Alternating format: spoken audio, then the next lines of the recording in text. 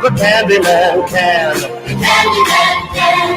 Candiotti just continues to throw slower and slower every inning. Gravity's going to take over pretty soon. The ball's not going to make it to home plate. And here's strike 3.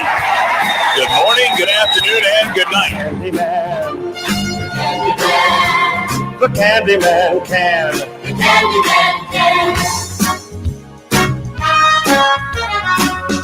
All right, everybody, welcome back in. Rockin' the Nooch with Jimmy B, Fox Sports 910, broadcasting today. Barrio Queen in Gilbert. It is Taco Tuesday, also El Bandito Yankee Tequila Tuesday as well. And as advertised, Tom Candiotti is here. You can find him on Twitter at Tom Candiotti. All right, Candyman, what do you got for us? It's Jimmy B and Manuch. I'm going to let Manuch ask the first question. Well, it's kind of an Italian question. Jimmy doesn't understand that. Yeah, I struggle. We got Candiotti, Manucci, Morocco. Yeah. And now we got Dominic Canzone. I love Dominic, or as Jimmy referred to him, Calzone. Yes, I was hungry. He's not a dish, but hey, nice to have another fine Italiano in the mix over there at the Dbacks. Have you had a chance to break bread, have a little vino, a little garlic? I mean, you guys got after it yet? And all this on Taco Tuesday, right? Yes, exactly, Tom. We have a tequila stand on Taco Tuesday, and we're talking Italian. Absolutely. I love it. You can always talk Italian. The Italian trumps just about everything. All right, you know what I'm talking about there, Tommy? Oh, I'm with you on that. And, well, you know what? Let's just hope that all the Italians can hit.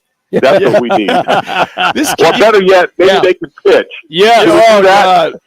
Oh, that's got to be it. Yeah, you got to get your cousins who know where all those fine pitchers live. Go get that limo and go pick them up and bring them over. Well, do whatever it takes. You know, there's always been like even when you guys were kids and you're playing. You know, your mom always had your special day game meal. You know hey, this is going to give you 2 hits. Hey, this will make you throw 3 touchdowns. Hey, this will, whatever. And I think we need more of that. To tell you the truth, you got to bring mom back in the picture. Tom, can you give us any indication what the club is attempting to do in trying to find any bullpen help? Do you have any insight that you could offer up here on the show? I really don't have like any kind of insight at all. You know, we're the last people they're gonna try to like tell it all or hint to. But I will say this, that, I know they've been trying to get along all year without a true closer.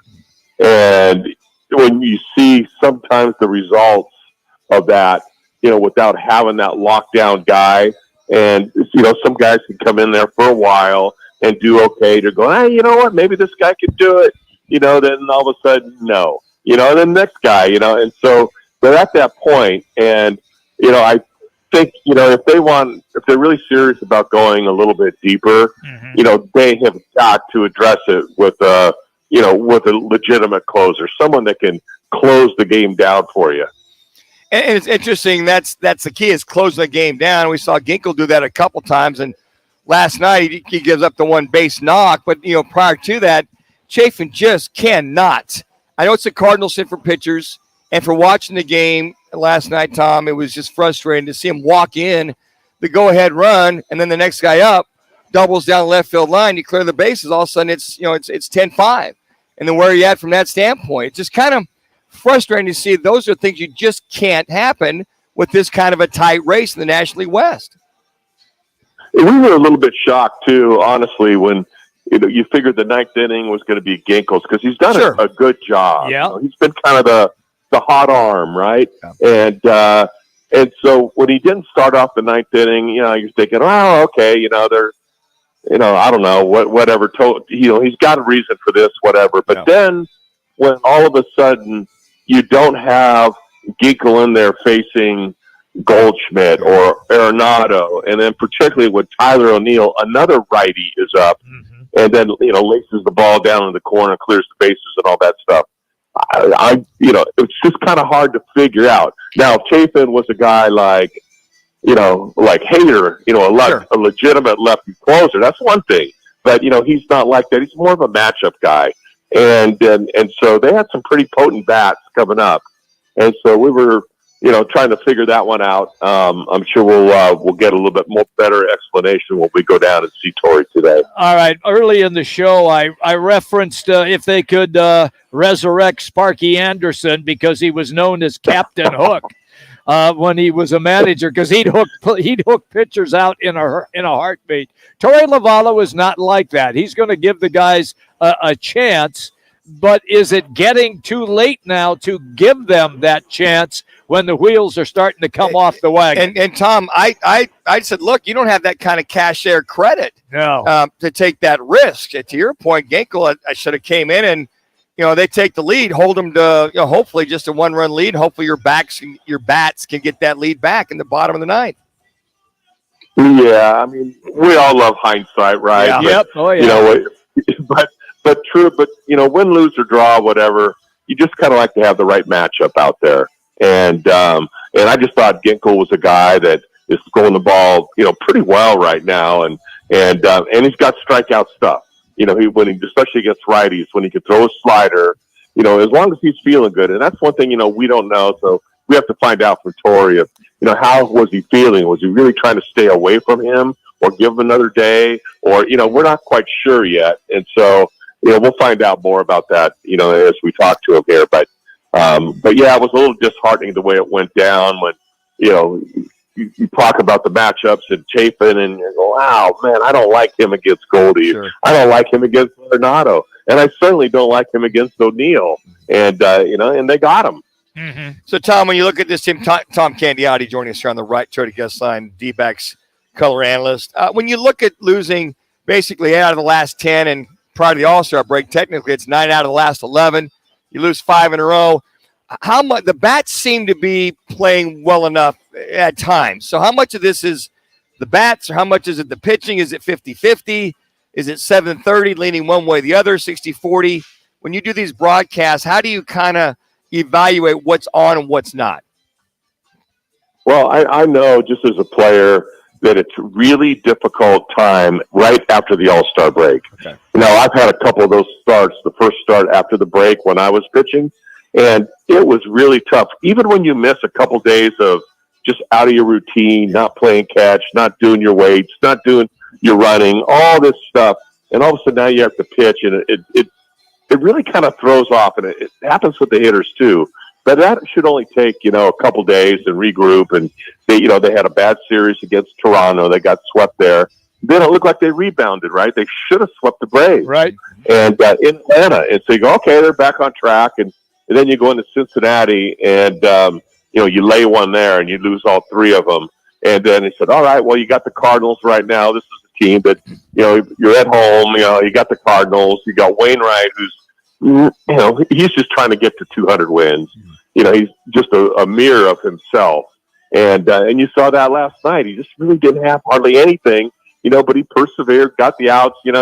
He's a veteran, crafty guy. He pitched, but it's a guy that we should have really put away, and we did not. But then we had a chance to win the game. So right now you're looking at, okay, you got to win the series. Let's win the next 2 games against the Cardinals, and then got a pretty tough Mariner team coming in town. But this is the time when you got to start doing something. Yes. And I'm sure there's a lot of trade rumors that are like probably looming on a lot of people right now. It happens every year, and you hear players talk about it afterwards all the time.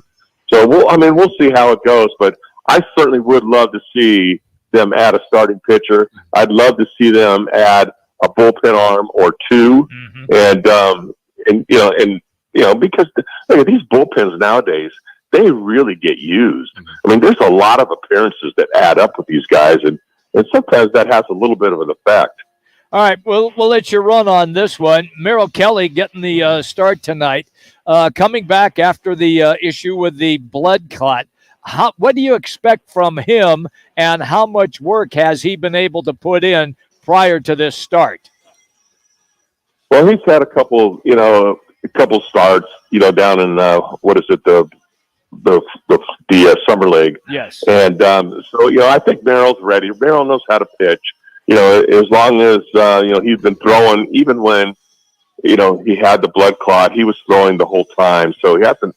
It's almost like a 2 or 3 start break for him. Okay. So I think he'll be real strong. The only thing I look for in this game tonight is how's his command, because Merrill's going to need command to be successful. And so, you start feeling real strong. Sometimes you try to muscle the ball instead of really, put the ball where you want to. So that's one thing, probably the big key, I think, for Merrill tonight. Well, on top of that, since it is Taco Tuesday and your games are much quicker, you can take Dominic Canzone over to the Barrio Queen for a little Taco Tuesday and maybe have a little shot down once of El Bandito Yankee Tequila. There you go. On Rockin' Minuch with Jimmy B. We could do that. Yeah, we're going to the tequila stand with some Taco Tuesday, and I'm bringing all my Italian buddies. That's it. Perfect. You give Barrio Queen like I do every Tuesday, there some culture. Yes. The Italian way of life, Tom Candiotti. That's it. I'm joining up. Sign me up. Thank you, Candy. You have a good call tonight. We always appreciate you coming on the show, pal. Thanks.